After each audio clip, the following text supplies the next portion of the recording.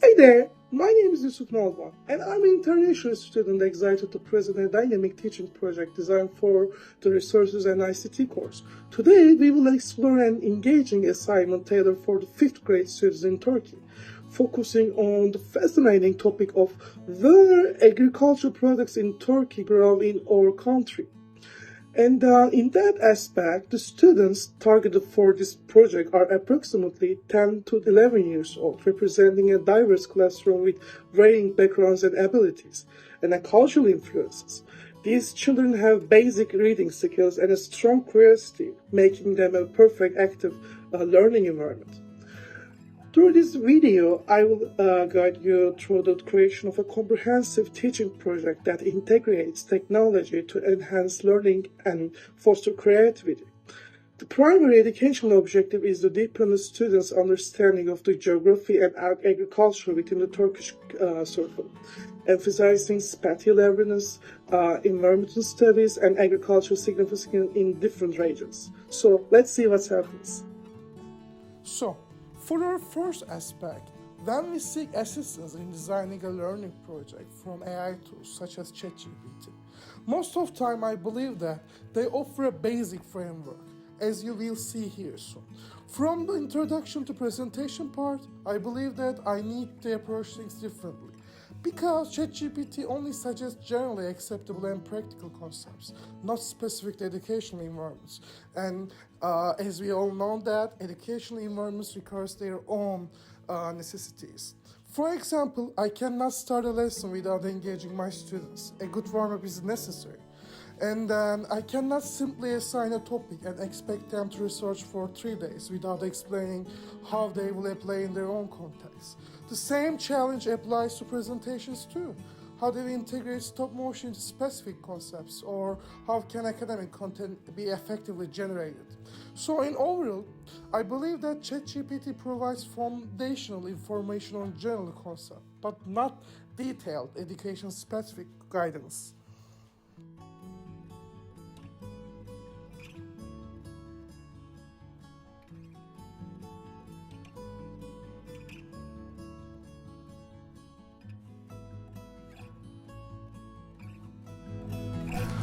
Now it's time to see how our teaching project actually works. But before starting, it's important to remember that our teaching project is an activity centered. That means that our students learn while researching and doing activities. In overall, they will learn by doing things. Like usual, the teacher enters the classroom and greets their students. But then ask a simple questions. What have we eaten today? To get their students' attention, this is important. After getting some answers from them, the teacher asks, have you ever wondered where those agricultural products grow in your own country? And the learning journey actually starts. First, the teacher engaged the class in the ACAT principles by organizing students into groups to work on epistemic design. Each group that is consists of 4 or 5 students is assigned a different agricultural products to research. For instance, maybe one group might investigate where maybe rice, lentil, chickpeas grow in Turkey, while another group looks into olive cultivation locations, and so on with other products like apples and olives. Next, in a classroom set design, students start their research using Google or other tools to answer a specific question about where these agricultural products grown in Turkey. Each group, and most importantly, each group should gather their findings and share them on Padlet, a platform for collaborative brainstorming and discussion. And in that manner, this also allows every student to participate freely without feeling of making mistakes.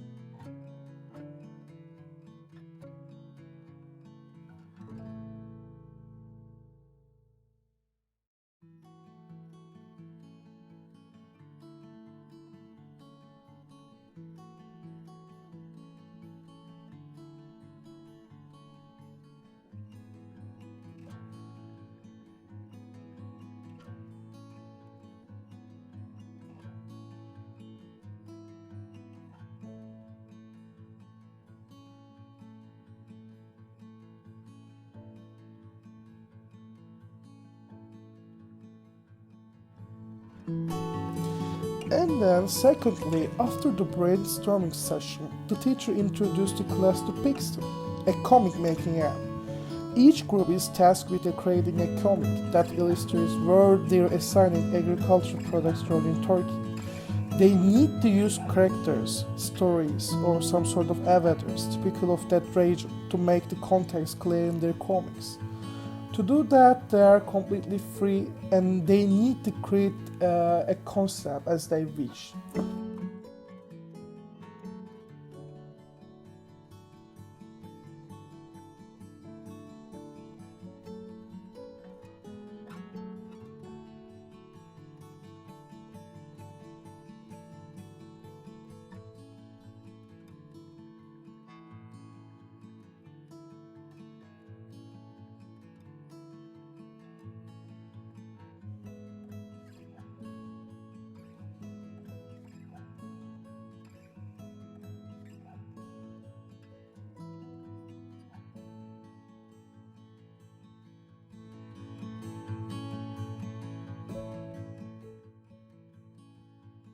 Finally, for the last task, students will use stop motion technology. And I think that InShoot can be a good option for using stop motion technology because as you will see here, it's easier to use. The teacher will give them a blank maps of Turkey and ask them to mark where the agricultural products they research are grown. Students can use items provided by the teacher, bringing items from home or simply draw representations. They will place these items on the map step by step, showing the correct location of these products in Turkey. This hands-on activity inevitably reinforces their understanding of geographic regions and agricultural production in Turkey.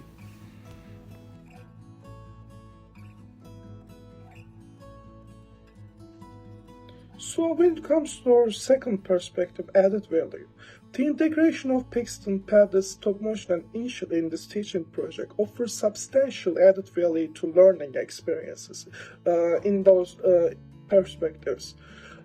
First of all, through Padlet, rather than only discussing things in oral ways, students can brainstorm, share, and discuss their research findings collaboratively. It also fosters teamwork and feedback. And most importantly, with the help of Padlet, we can keep our students' effective filter low by offering them other ways to express themselves in that manner. Some students who are anxious when they talk can feel in safe manner without being afraid of making mistakes.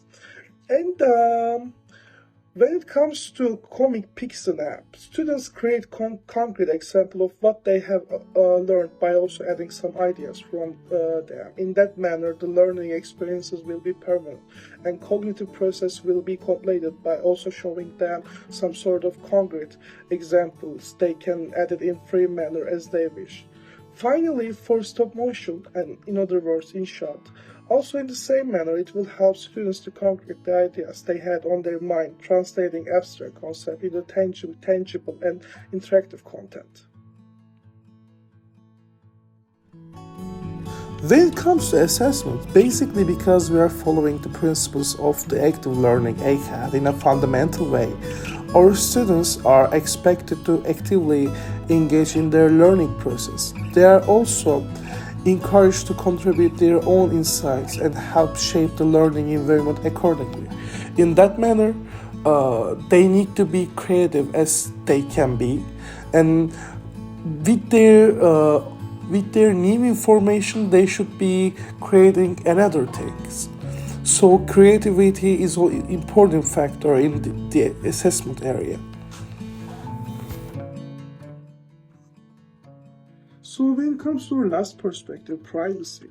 In terms of privacy, it can be said that when considering those apps, it's important to note that these apps generally prioritize safety. However, they typically require sign-ups or sign-ins to access all features and may retain data or archives, especially apps like Padlet, Pixel, and InShot. There are some concerns regarding the data collection, particularly with Padlet and Pixel, as they may gather personally identifiable information. And it's also unclear if they collect biometric or HAL or sensitive data such such as interaction or behaviors, and they might be selling this data to third parties under certain circumstances. To address those concerns, in our schools in Turkey, we have dedicated devices like tablets, computers that automatically delete sensitive data after some sort of period and are only connectable to school's web system. This can help ensure greater privacy and security for students' usage. So, 5 critical elements of this course that I would like or should include permanently on my PLA. First, let's figure out what PLA is. In its most basic form, a personal learning environment, or PLA, is a framework or set of tools and resources that an individual uses to support their learning goals. Firstly, I would like to mention WordPress. WordPress is a popular open source platform for creating websites, blogs, or journals. I began using it this year to share or post. Before this, I hadn't considered creating a website or blog, but I found the idea is interesting. Tracking your development steps through blogging shows how you have progressed so far and what can be improved for your next journey. Another important tool I learned about this year is Shemly. Shemly provides lesson plans based on your prompts. I used to rely solely on ChatGPT for ideas, but Shemly is designed especially for education and has proven to be a valuable alternative. And for my studies in my country, I need to create so many lesson plans, so I will be keeping using it. Thirdly, I plan to continue using ChatGPT. ChatGPT is an AI tool that generates human-like text based on prompts. Through this course, I realized I hadn't been utilizing ChatGPT effectively because I didn't understand the importance of prompts. Additionally, I discovered that ChatGPT cannot admit to not knowing something, so I will use it differently going forward. And one of the most important things I learned in this course is how to use merge cubes. Merge cubes are augmented reality product that combines physical and digital play experiences. I will continue using merge cubes because they help solidify abstract concepts through concrete examples, making the learning much more permanent. Finally, Canva will be another platform I will be keeping using it. Canva is a graphic design platform that I use for presentations this semester because it offers a very user-friendly experience. Right now, I would like to discuss a subject we covered in our sessions that I think is worth remembering: DigiCompetence, or the Digital Competence Framework for Educators. In essence, it's a guide to help teachers learn how to effectively use technology in teaching. It covers 6 different aspects. Think of DigiCompetence as a roadmap that shows teachers what they need to know to use technology effectively in education. Just like the Linda's hammer analogy, where a hammer can build or destroy. So as a future teachers, we need to handle technology carefully. The first competencies I believe is important is the professional engagement, which involves using online tools to connect, collaborate, and build relationships with colleagues and parents and students. This is essential because technology evolves rapidly and staying updated is crucial, especially since educational content and methods advance quickly. Daily could be a valuable resource for this, offering workshops, seminars, discussions. The second important competency is learning and teaching, focusing on using technology to enhance student learning. The traditional system, I believe, that often overlooks individual learning styles, but with technology we can provide PLA, personalized learning experiences, using concrete examples. Technologies we discussed like Pixel, Padlet, Codebroki, all can be used for this area. So lastly, empowering learners can be another crucial aspect we can mention. It means that teaching students to use technology wisely and safely. They should be cautious about online content and have access to the diverse learning resources. PrivacyCommonSense.org can be a good option while they are so. Finally, in terms of my overall grade, although for me it may sound a bit strange commenting on it, I believe that I have earned a solid 8. Because this course has truly changed my approach to learning and teaching. As you know, my main focus is in a different major, and I have had ample opportunities to practice English teaching. A significant challenge was that our learners struggled with abstract subjects previously. I only used basic illustration tools like Canva or real-life objects like Realias, and I did not show any efforts to improve it. However, this course introduced me a new effective methods to make subjects less abstract. I also learned about essential frameworks like TPAC, ACAT, which also have broadened my perspective and shown me a guidance to follow. One of the most challenging roles I undertook was being a facilitator, because managing people requires understanding their cultural backgrounds and barriers. And I learned this the hard way when I suggested to work on the Father's Day, not realizing it was a significant holiday for some. Despite my efforts, no matter how hard I tried, we couldn't work during the holiday sessions because people just rejected it.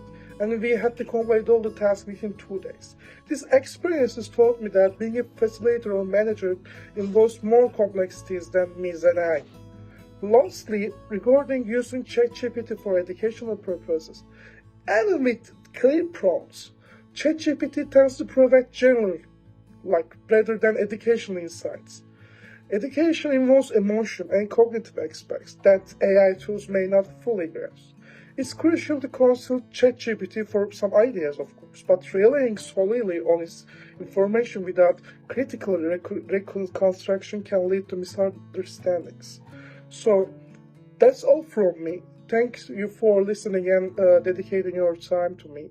So take care and goodbye.